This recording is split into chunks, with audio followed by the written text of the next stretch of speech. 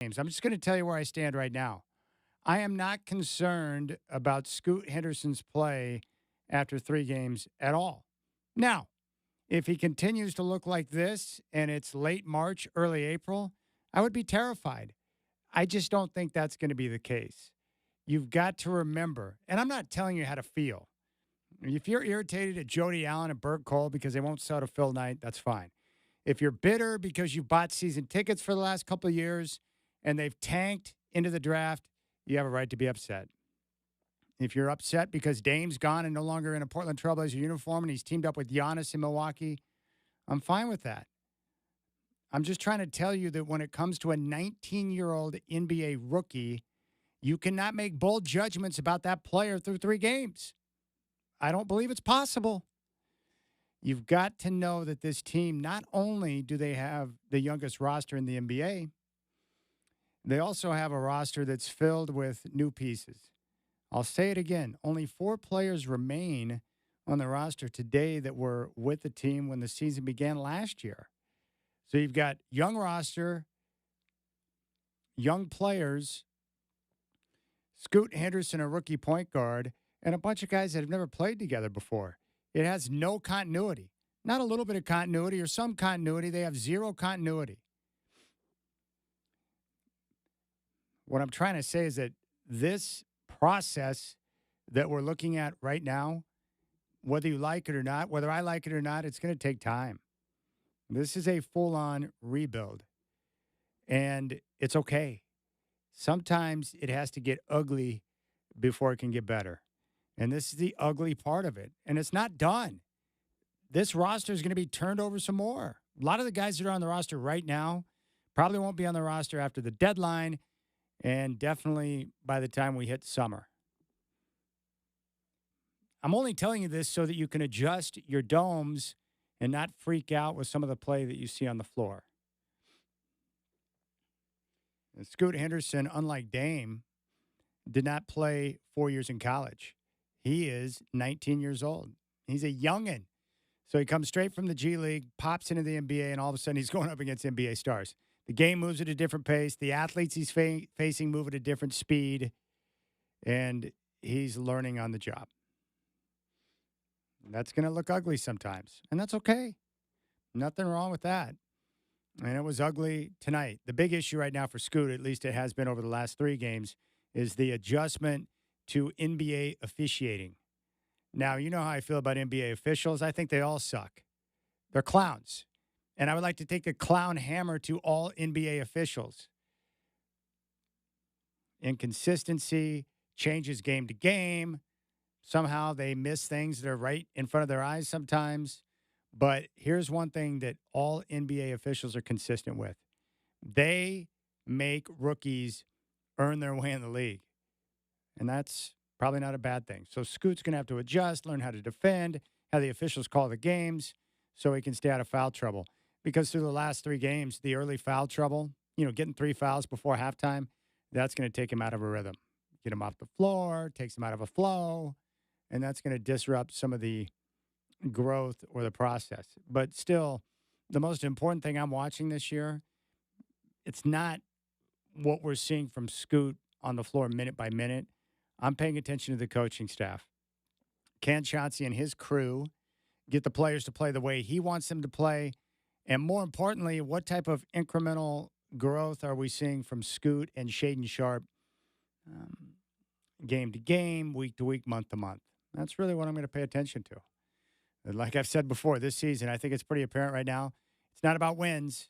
They're not going to win many games. They're going to head straight back to the lottery, and that's good because they need to acquire more talent, but development of the young players. So I understand some of you, not all of you, are a little bit panicked. Maybe you thought Scoot was going to come in and tear up the league right away. That's just not the case for most rookies. There's an adjustment period, and Scoot Henderson's going through his. So tonight, the 76ers get the victory, 126-98. No surprise, but Joel Embiid went wild. 35 points, 15 rebounds, and 7 assists to lead the way. They got 26 from Tyrese Maxey, and they dominated. It's pretty simple. And the Blazers now will hit the road and fly straight up to Toronto. They take on the Raptors tomorrow with the tip-off at 4:30. For your Blazers tonight, Matisse Thybulle, very productive 10 minutes, 2 points. Jeremy Grant, 17 points on 5 of 16 shooting. He was 1 of 4 from downtown. DeAndre Ayton, 20 minutes tonight, 7 points, 9 rebounds, had a couple of assists. Shaden Sharp, 35 minutes, 20 points on 7 of 13 shooting. He was 2 of 4 from downtown and only had 3 turnovers, which is nice. Scoot Henderson, 26 minutes, 4 points, 3 assists, 5 fouls, 4 turnovers. And Malcolm Brogdon, once again, steady with 18 points off the bench, connecting on 7 of his 16 shots. He was 2 of 6 from downtown. The one player that looked really good, especially on defense, was Tamani Kamara. I like Tamani Kamara. I like his aggressiveness. I like where he's at defensively. His willingness to fight over screens. It makes me very happy. Jabari Walker tonight with 12 points on 4 of 9 shooting in 24 minutes. You know, Tamani Kamara, I've said it before, I'll say it again. He's one of those guys, unique skill set, and he's just going to put pressure on the coaches to find ways to get him into the game more often. And that's okay. But I think the best approach to take with Scoot is just to recognize that, you know, this is a journey. It's a process. I'm not asking you to be patient. I'm just letting you know that it's going to take some time. I think what will happen with Scoot as he continues this journey, he'll start to get a better feel for the officiating and learn how to stay out of foul trouble, especially early in games.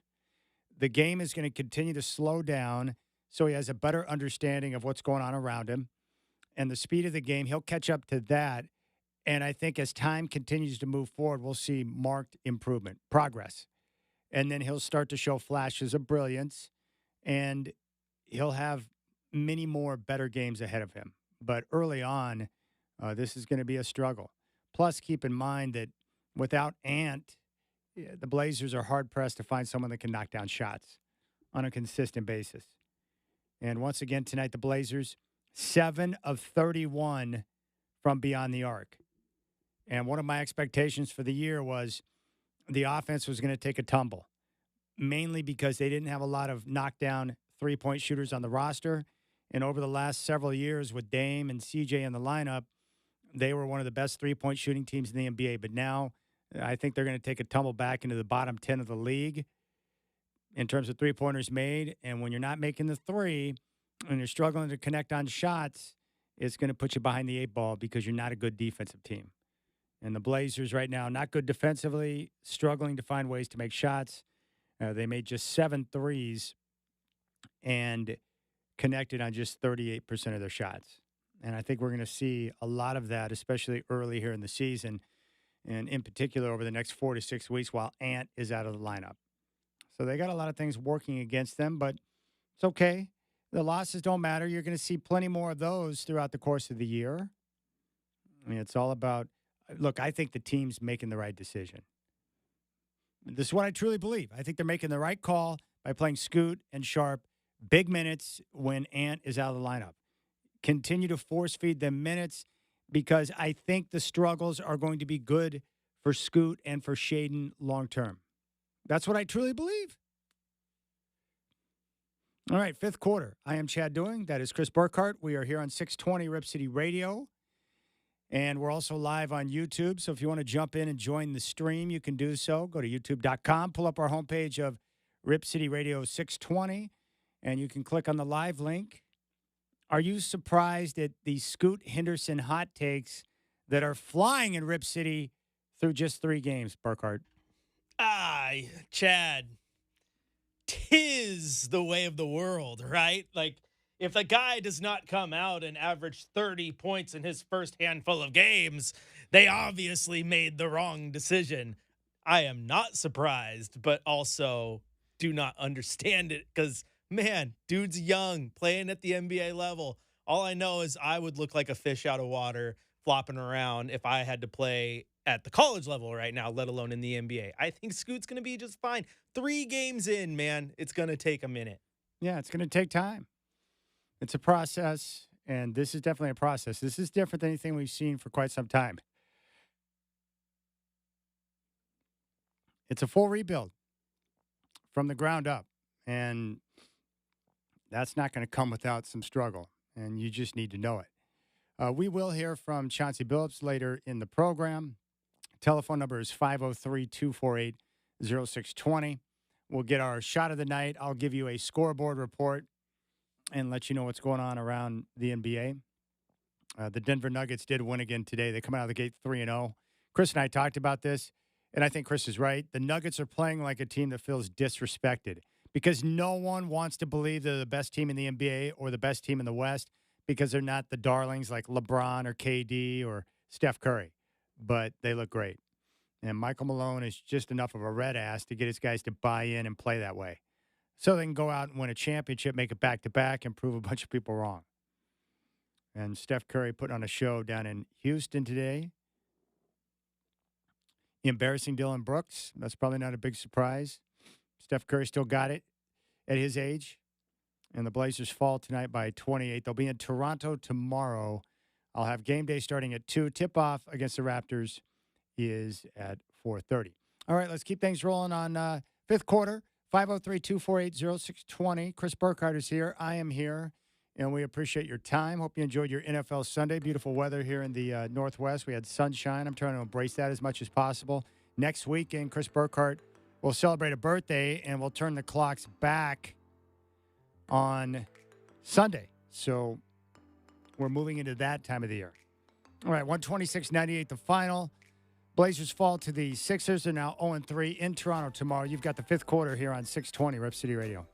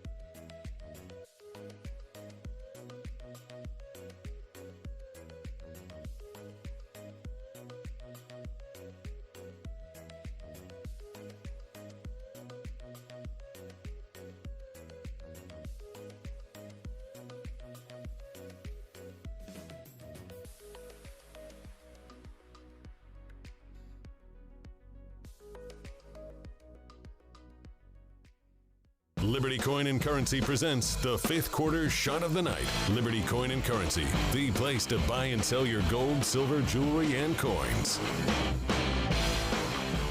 Maxey, top of the key, hesitates, has his pass deflected and picked up by Grant in the front court. He's off to the races by himself, and he slams it down with the right hand. Timeout, Philadelphia. The Blazers lead it by 6, matching their largest advantage of the night. All right, fifth quarter chat Doing and Chris Burkhardt with you on YouTube here on 620 Rip City Radio. Sixers get the win by 28, 126-98. The big talk is about Scoot and his struggles through 3 games. As I mentioned before, I'm not concerned. I'm not panicked. I wasn't expecting much from him early in the season as a 19-year-old coming out of the G League.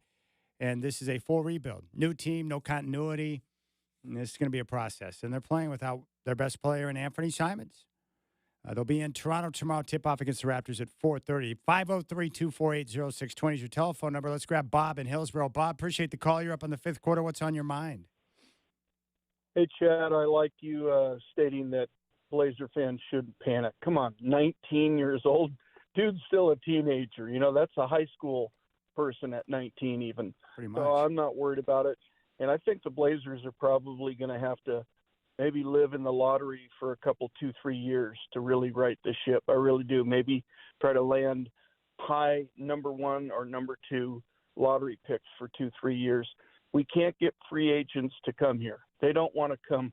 They're not beating the door down to come to Portland. And the last point I'll make, I don't know if Chauncey Billups, I don't know if he's the right coach. And I would seriously consider taking a look at replacing him, especially if he has a total disaster this year. I don't see what did they see in him? He never won a championship as an NBA coach. Why hire a rookie coach? Well, he had never coached before he came in. Keep in mind, he was hired by a different GM in Neil Olshey. They brought him in because at the time the team was on a different path. They were looking for a former player who the players respected that could hopefully get through to them to play a different style of basketball. But shortly after he was hired, Olshey was gone, and they started the rebuild with back-to-back tank seasons. So he's in a much different situation than what he was hired for. I have my questions about him, but I'm going to reserve judgment until we get deeper into the year because the last 2 years were tank seasons. So it's really hard to evaluate a coach when they're trying to lose games to improve their draft position. Yeah, if only Phil Jackson was about 10, 15 years younger. Well, I'm not even sure Phil Jackson would be the right coach for this team. Look, here's the great thing about Billups. If he's not the guy, he's in year 3 of a 5-year deal. The 5th year is not fully guaranteed, and they can get out of it without much work whatsoever. So they'll have that option available to them if they want to. But for me, I want to wait and see. The biggest thing I'm going to pay attention to is if he can get the guys to play the way he wants them to, and then the incremental growth of Scoot and Shaden. I want to see how that plays out through the course of the year, and I think we'll get a better idea if Chauncey can be the guy or not. I can tell you what the word around the league is so far, and that's that, the word associated with Billups is disorganized. So, but like I said, I'm going to just watch those things and see how it develops throughout the course of the year, and then we'll know. The proof will be in the pudding with Billups this year. Yeah, they need to go in the lottery for 2-3 years. Well, if that's the case, then the Billups might be the right guy to ensure that happens. Yeah, no kidding. Right? I mean, seriously. And I agree with you. They do need to go in the lottery. Let's go out to Sean and Sandy. Sean, I appreciate the call. What's up, brother? Hey, how you been? I'm glad to see the Broncos do well today. Hey, I'm going to enjoy that one for a while. They're going into the bye week, so I've got some extra time to enjoy that. They got over on the Chiefs. They held Patrick Mahomes out of the end zone. He didn't score any touchdowns, and he threw 2 picks, and they held them to 300 yards total offense. So, yeah, it was fabulous. I loved everything about that victory. I want to give Chauncey some love.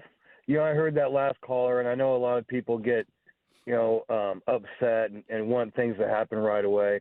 Well, this ain't going to happen right away. And Chauncey's a good guy, and he's a good coach. I think he's going to come a long ways this year. And we're not going to get a championship-level coach come to Portland. I mean, get real. Any championship-level coach that won a championship, they're going to be going to a good team. a team with an owner maybe. You know, who's going to come to a rudderless ship? You know what I mean? We're not, you know, we're just going to stay the course. We're going to do good. We're going to get another great draft lottery pick this year. And I'm just going to soak it up. I'm just going to stick around and see what happens next. Well, I appreciate the call. I agree that Chauncey's a good dude. I like him. I have no idea if he's a good coach or not. I have no idea. So I can't make any judgments on Chauncey yet. Need more time to figure that out. And then we'll find out if he's a good coach or not. He hasn't been coaching for very long. He's coming off of 2 seasons that were tank seasons.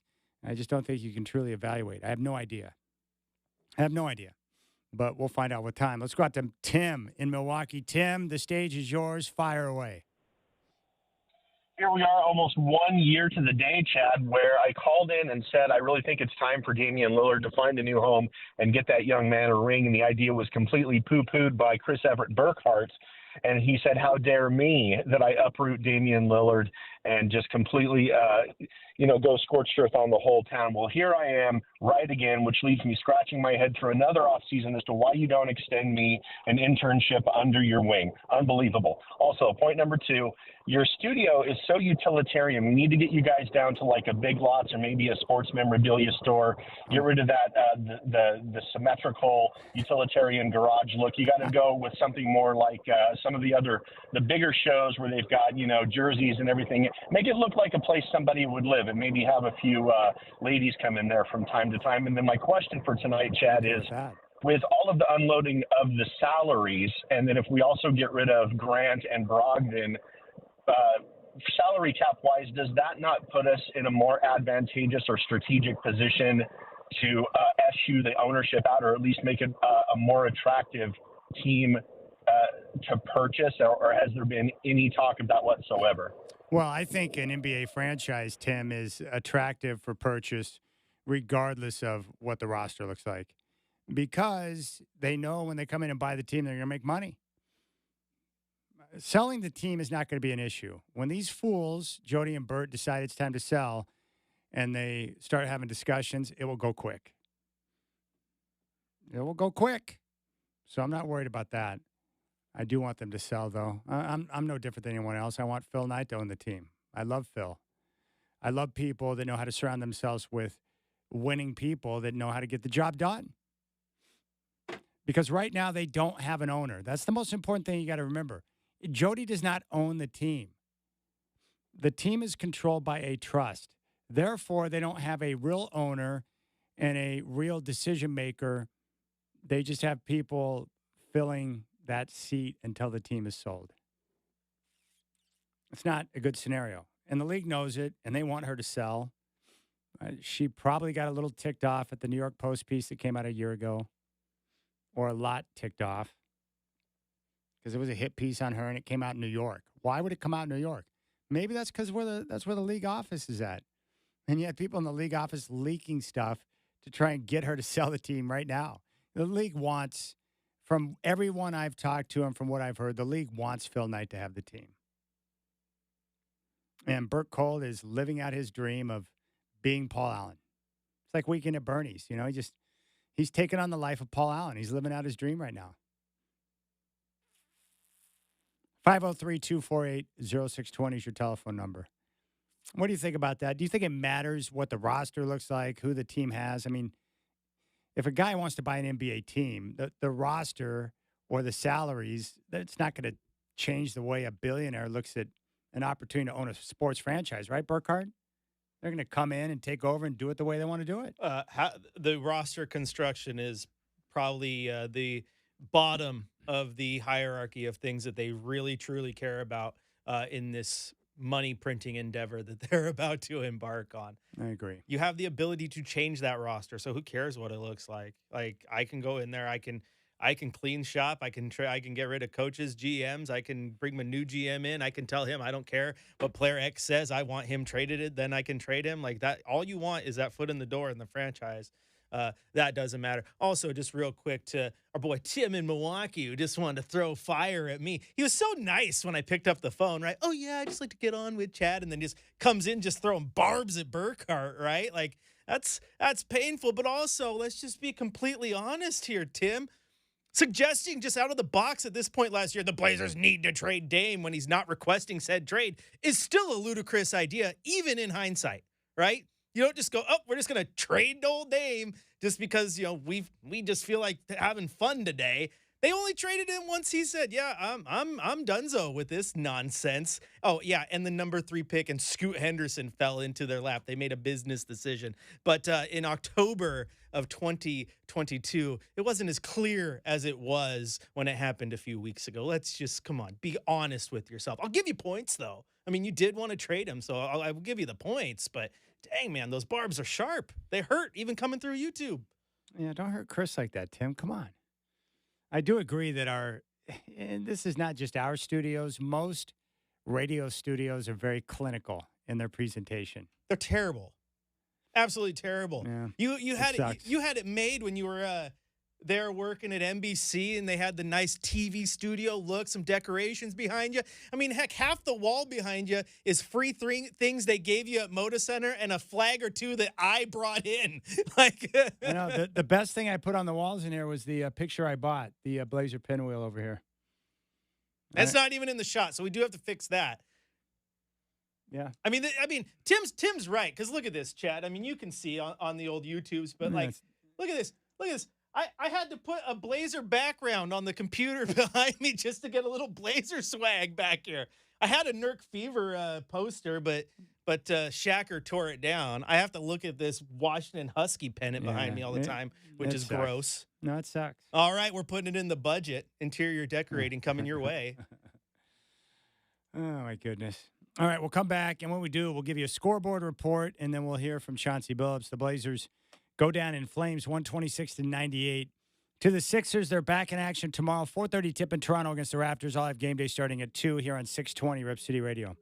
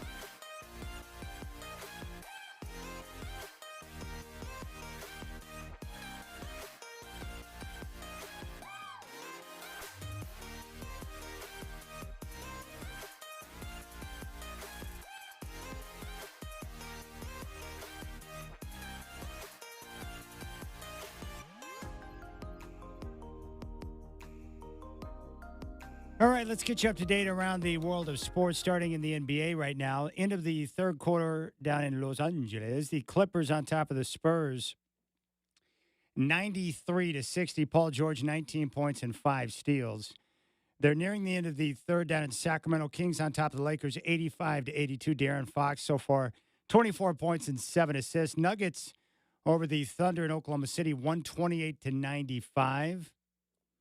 Jokic, 28 points, 14 rebounds. Denver, 3-0 to start the year. Warriors top the Rockets in H-Town, 106-95. Steph Curry, 24 points, 7 rebounds, and 6 assists. In Milwaukee, the Hawks over the Bucks, 127-110. Trae Young had 20 points and 11 assists. Giannis with 26 points and 11 rebounds. And the 76ers over the Trailblazers, 126-98. In the NFL right now, fourth quarter in L.A., Chargers over the Bears, 30-7. Justin Herbert, 3 touchdowns and 286 yards passing. Earlier finals, Cowboys over the Rams, 43-20. Vikings top the Packers, 24-10. The Titans defeat the Falcons, 28-23.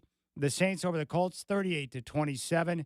Dolphins, 31-17 winners over the Patriots. In overtime, the Jets topped the Giants, 13-10. Jaguars going to Pittsburgh and topped the Steelers, 20-10. 292 yards passing for Trevor Lawrence. Eagles, 38. Commanders, 31. Sam Howell with 397 yards and 4 touchdowns in the loss. Panthers top the Texans in Carolina, 15-13. They get their first win of the year. Bryce Young had 235 yards passing. Seahawks over the Browns, 24-20. Seattle improves to 5-2. The Browns fall to 5-3. Geno Smith, 254 yards passing, 2 touchdowns and 2 picks. The Broncos defeat the Chiefs in Denver, 24-9. And by doing so, end a 16-game losing streak to Kansas City. Ravens over the Cardinals down in Zona, 31-24. And the Bengals going to Santa Clara and top the 49ers, 31-17. They improved to 4-3. The 49ers now 5-3. That is their third consecutive loss. 2 picks for Brock Purdy. And tomorrow night, Monday Night Football, the Raiders are in Detroit to take on the Lions. Detroit, a 7.5-point favorite. 5:15 kickoff on ESPN. All right, let's check in and take a listen to Chauncey Billups following the Blazers' 126-98 loss tonight in Philadelphia to the 76ers. At least we didn't get off to a greatest start, but when the second unit came in, they changed the game for us in the second half. And all of those guys were just excellent. They really were. Jabari had some big minutes. Tumani, obviously Malcolm too, Rob. I mean, they were just really good. And they just fought, and got us back in it. And come to halftime, I thought we kind of lost a little bit of traction, obviously, at the end of the first half. And B got after that technical that he got very aggressive. And, he was scoring and getting fouled before we even got a double team over there to him. But we really got hurt, I thought, on that stretch on the offensive glass. We gave up a couple offensive rebounds, and they ended up getting fouled. Now they slow the game down, and they get free throws. So we lost a little bit of traction there. And then second half, not much at all went well for us. You had mentioned after the last game that, that playing well, but then they might have a stretch of like 2 or 3 minutes where they lose it. And it seemed like in the end of the first half tonight, kind of the same idea, that it seemed to be going well until about 2-3 minutes left there. Yeah, and look, our defense, we play pretty good. I mean, you run into a guy like Embiid, who was the MVP of the league last year, and he has a night, going. And then you have other guys get going. Tobias got going. Maxey, we talked about him before the game. They all kind of really got going. But it was all off of Joel's activity and his aggressiveness. And then we've struggled to score. We just have. We've struggled to kind of make shots. So when those things add up at the same time, it makes it tough. Obviously, Blazers fans love guys that give extra effort. It seemed as though Tumani was a part of a span there where he was part of every play. Yeah. What did you like about what you saw from him tonight? Yeah, I mean, we talk about him. That's just kind of what he does. That's who he is. I mean, he's just He's a gritty player that is he's never going to stop playing hard. And it doesn't matter the score, the opponent, who he's playing against, what time of the game, he's going to scrap, and that's what our guys love about him. That's what our staff, we love about him. And that's how he's going to make his name in this league and in the NBA. And because of that, he's going to find himself having a really, really fine career. Kind of the same idea with Jabari tonight. I thought that he really looked good tonight. I think 4 steals. He was the only guy that had a positive plus-minus. I feel like he really gave you something. And we can. This is like a broke clock with Bari too. Bari is always out there scrapping. He's competing. And it's just like when those two dudes are out there, it's a noticeable difference for us in our competition level and in our 50-50 balls, and those moments they pick up for us, and my challenge is we got to get our starters to play as hard as those guys do. Not to say that our starters aren't playing hard, but that's a different level of hard, and for us that's how we have to be. Attribute that to, because I mean they're both young players, so I think that's part of it. In some respects, they may be competing against each other a little bit for minutes, or at least trying to earn those minutes. Yeah. What would you kind of put that level at? Because it seems like they are bringing a little something more right now. Yeah, I mean they're young, and they're trying to find their way in the league. Obviously our starters are set and settled and have been in the league for a while, and they have their reputations. I think when you're a young player in the league, you gotta hang your hat on something, and try to do it better than anybody else. I've always thought that, like, if you're one of those young guys on the team, what are you gonna do that nobody else is doing? And then put pressure on the head coach to do something to make sure he has to keep you on the floor. That's a young player's job, and I think Jabari and Tumani are doing an excellent job of that. Every time they get a chance, they make it count. During that span in the second quarter where everything was kind of going your guys' way, it was defense leading to offense. Is that kind of the style of play that you'd like to see more consistently? Is that what you envision this team doing? Yeah, in particular right now, we have to. With our best player, Ant, being out, that's 25 points a game, and 6 or 7, 8 assists.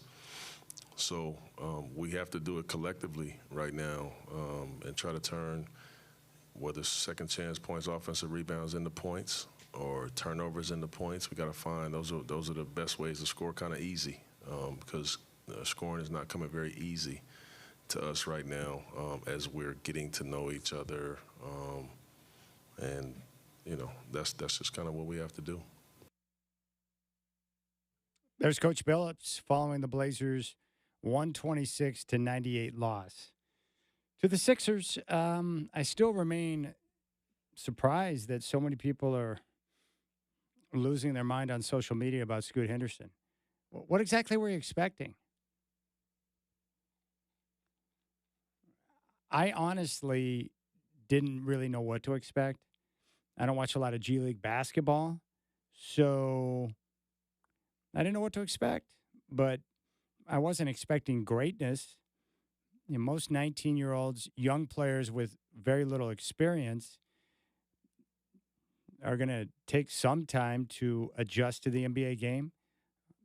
Guys like Dame, who spent 4 years in college and come in a little more mature, older, it makes things easier. But like I mentioned before, they just got to continue to press forward, to teach. The coaches have to stay on top of things, and the players have to continue to grind and make improvements. Whether small or big, they have to continue to push forward. And that's okay. This is okay. This is a rebuild. This is what happens. It takes some time. 503-248-0620. Let's go out to Lynn in Longview and see which tavern he's hanging out today. Hey, Lynn, welcome to the fifth quarter. How you doing, my friend? I'm doing happier than a $3 bill right now. How are you? I wouldn't say I'm as happy as a $3 bill, but I'm feeling pretty good. I'm glad you're doing well, Lynn. You got to get a beer in there. You got any beer down there? I do not. Well, there is some upstairs in the lounge. We have a lot of Coors Light up there. Do you think I should go up and grab a couple of coldies and bring it down to the studio? Well, yeah, if you're not doing good, that's all right. Whenever I'm not good, get a beer, and it takes care of a lot of things. I don't know if the people listening want fueled up Chad on the radio. That could be a very bad Chad. I don't know if we want that. Well, they don't want some old sore-ass grouch on there either, do they? I don't think so. I don't think I'm being grouchy, though. I'm trying to steer the ship from all the people who are concerned after 3 games. I don't think 3 games is a long enough sample size to create concern. That's what I say to that. Come on now. I've done concrete for 14 years. After 3 days, was I good at it? Hell no. Hell no, I was not good after 3 days. What do you expect? And my dad had the business before so I wasn't new to it. But my dad, he taught me a lot. But when I run the ship, after 3 days, I was terrible. Well, this is a good question. Terrible. How long did it take you to learn how to properly lay the concrete? Well, after I stopped beating myself,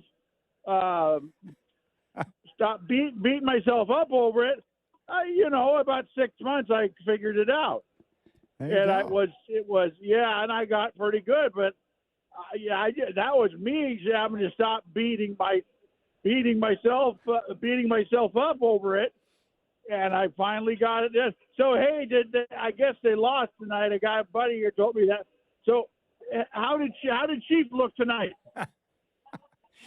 Chief struggled tonight. He did not play well. He was terrible. Well, you got to have a bad one once in a while. Got to have a clunker here and there. That's because then they realize other teams will come after him, want to bring him over on their side. So he got to do a clunker once in a while. Nothing wrong with a clunker occasionally. It happens. No, not at all. But well, anyway, my pool game is up here, so I'm next up. So I just wanted to say hello and all right, Rackham. In Rackham, yeah, nothing like a good Rackham. And so I'll talk to you next time, my friend. Oregon Way Tavern, Lenview Long. See you later. There you go. Lenview Long. Based on the way he sounds, maybe he's right. Maybe we should go up to that cooler that's up in the lounge and get some Coors Light down here. Why not? I mean, it is the official sponsor of the 5th quarter. I will bite my tongue. I mean, I don't mind Coors Light at all. It's just not my go-to. How long do you think this will take before Scoot starts to see some improvement? That's what everyone wants to know. How long? We're going to see it. I mean, will we start to see marked improvement by Christmas? Will it be at the turn of the new year? That's long. You want to see it within, you want to see him pop within the next few games. Like he has to, right? I mean, I just looked it up. I was looking for a 20-year-old guard with, about the same amount of experience as he has. And what was it, 2 years ago? Cade Cunningham, number 1 overall. First 2 games, totaled 8 points in his first 2 games. Game 3 dropped 18 and then ended up averaging 17 for the rest of the year. Right now he's averaging 23 this season, looking really good. So it's going to take a while. We know that, but he has to at least have one of those games where he just puts it together and lets it go. And the thing is, just go back to what Chauncey said earlier, Chad. Like, he just needs him to be aggressive. We need him to be aggressive. Just have a night, man, to be beneficial where Chauncey just says, just go score, go be Scoot, go do whatever you need to do. If you mess up, just go. They got a longer leash than Chauncey's ever given anyone right now. But it is also tough when you're that guy and you're coming in with Sharp, who's obviously playing much better, but still learning where he belongs. Tease, who's not an offensive juggernaut. Jeremy Grant, who is best when he's got a lot of offensive talent around him. DeAndre Ayton, who's trying to figure out where he fits in. Like, there's a lot of moving parts here that impact how well Scoot performs. All right, we'll come back on 5th quarter, and when we do, we will get into what's the Scoot and talk more about Scoot Henderson. If you're on hold, stay there. We'll get to your phone calls. 503-248-0620 is your telephone number. Blazers fall tonight in Philly. They're 0-3. They're back at it tomorrow. Tip-off at 4:30 against the Raptors. I'll have game day at 2 here on 620 Rip City Radio.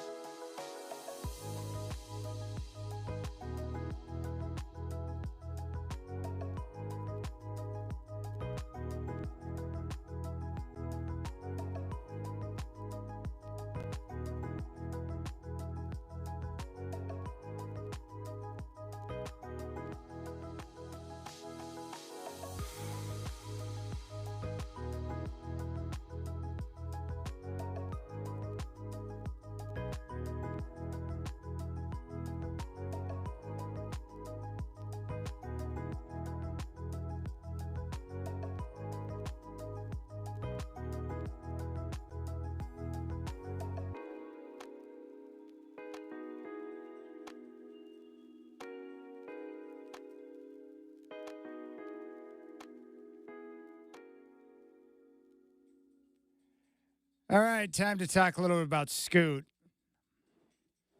So even Burkhardt said that he understands my frustration with some of the fans. Like, well, what was your expectations for this team this year? I wonder if there were some fans, and I'm not saying everyone's thinking like this. A lot of people understand that it's going to take Scoot more than 3 games to figure things out in the NBA. But I wonder if some people thought this team was going to be good based on some of the moves they made. And by good, I mean, maybe win around 40 games. And now they're seeing the way the team's playing, and they're just shocked. Like they didn't expect it.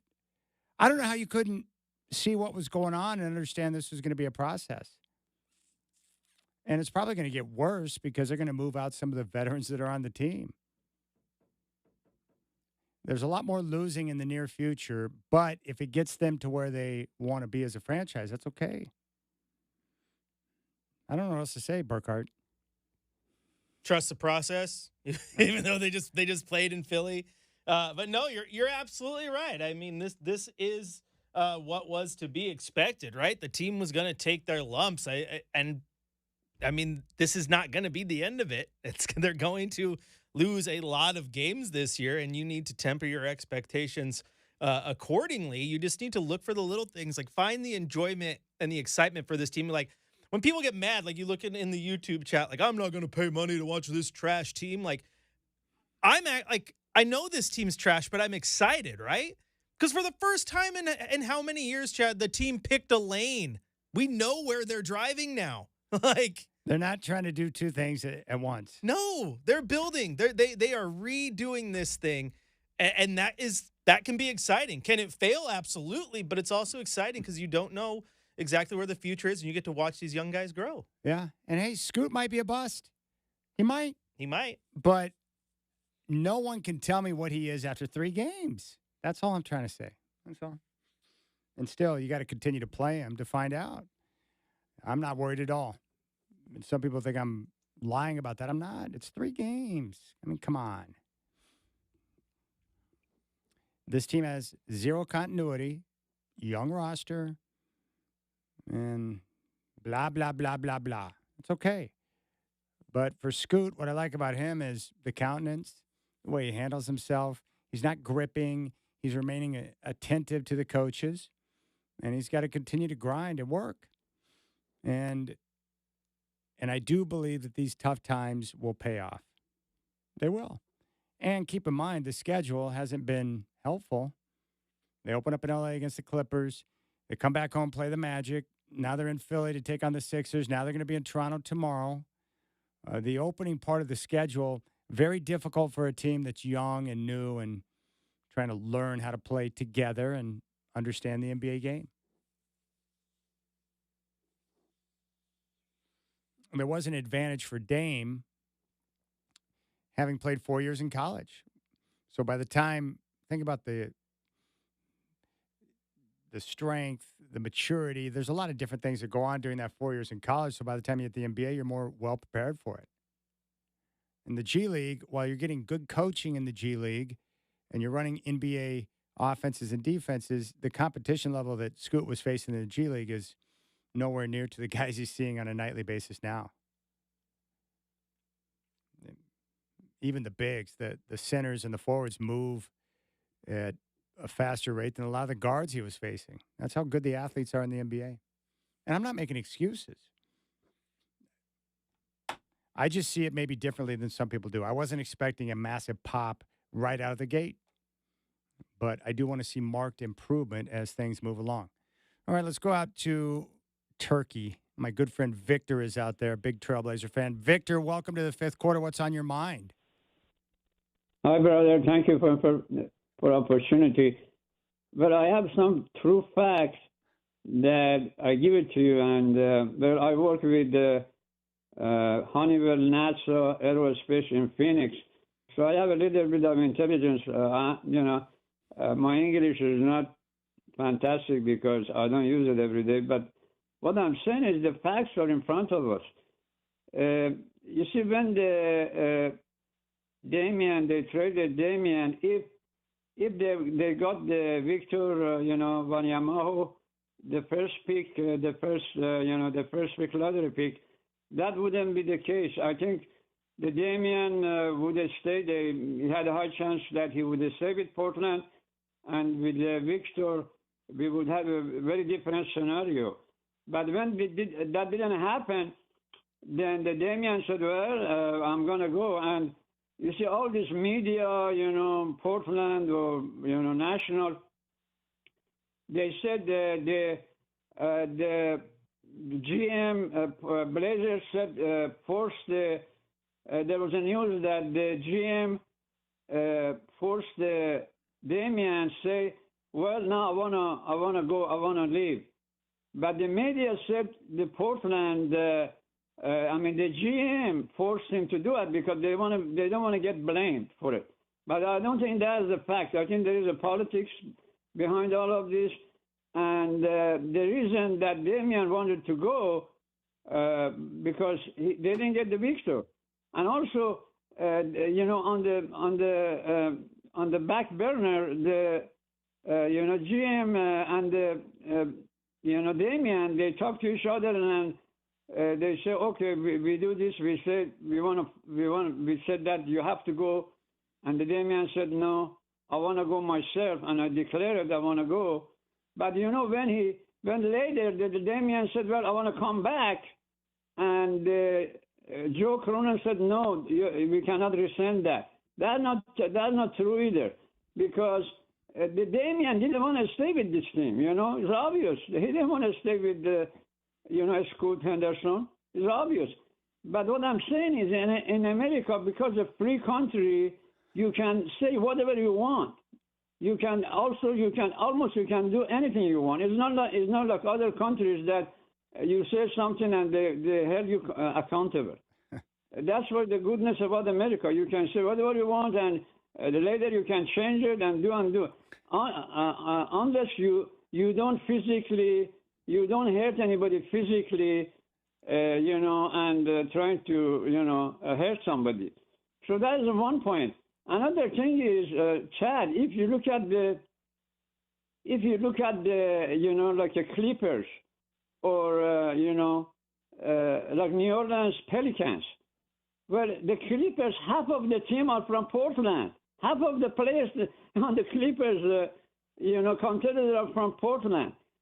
In Pelicans, the two best players in Pelicans from Portland, CJ McCollum, the other big guy.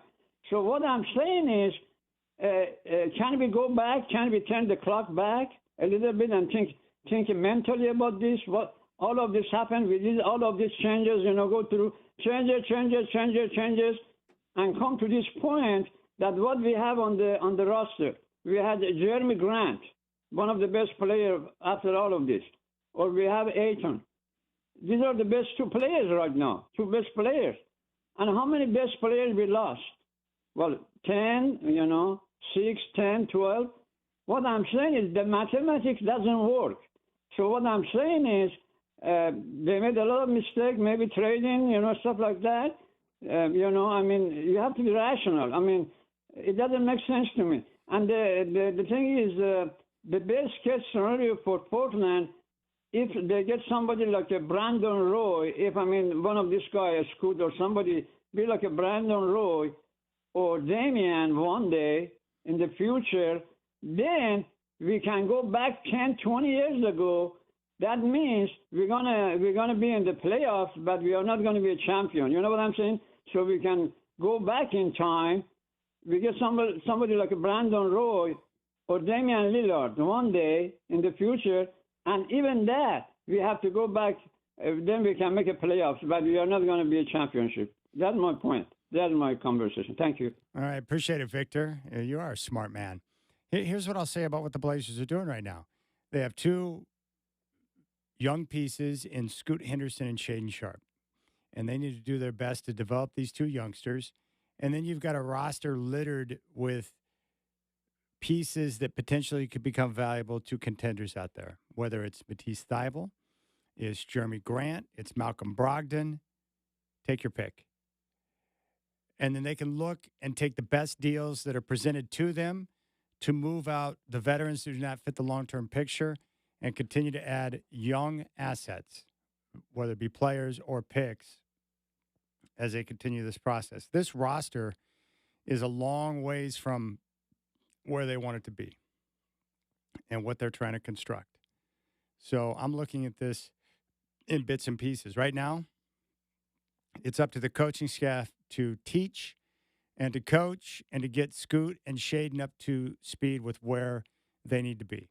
And then from there, they got to use the current assets, the vets on the team that won't be here long term, and look to make the best deals possible to acquire more picks and young players that can be a part of this future so you can continue your process of getting a balanced roster. And that's what it's all about. That's what a rebuild's all about. So it's going to come in stages, but they have a lot more tools to work with now. And their salary cap is much more in order compared to what it was before. So I'm pretty optimistic about what they have to work with and where they're at and what the future may hold.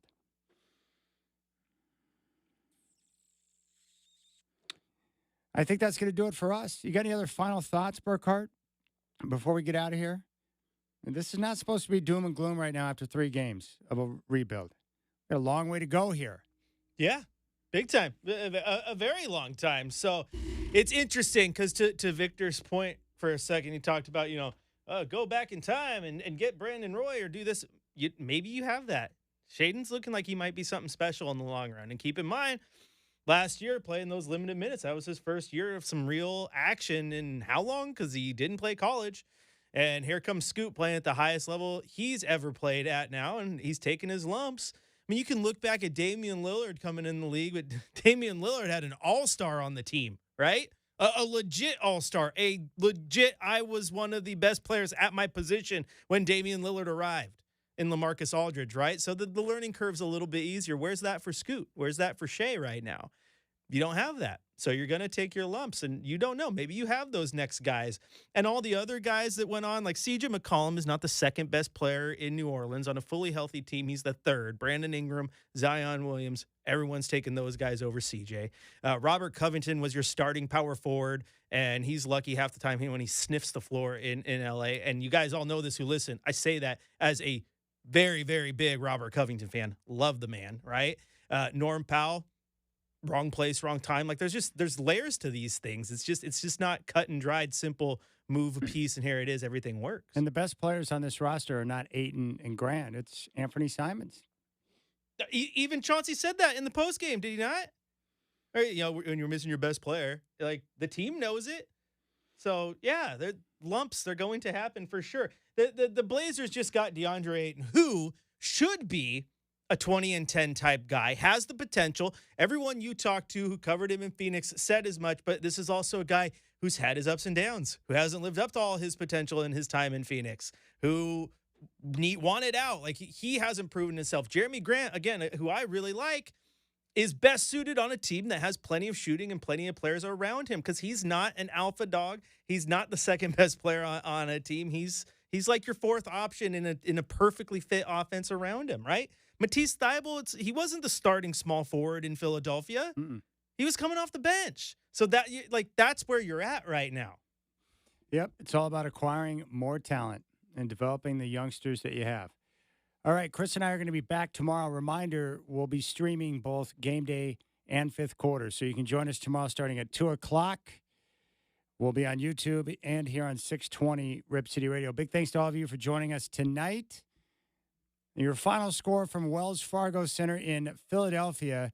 The 76ers top the Trailblazers 126-98. For Chris Burkhardt, I'm Chad Doing. Have a good night, my friends.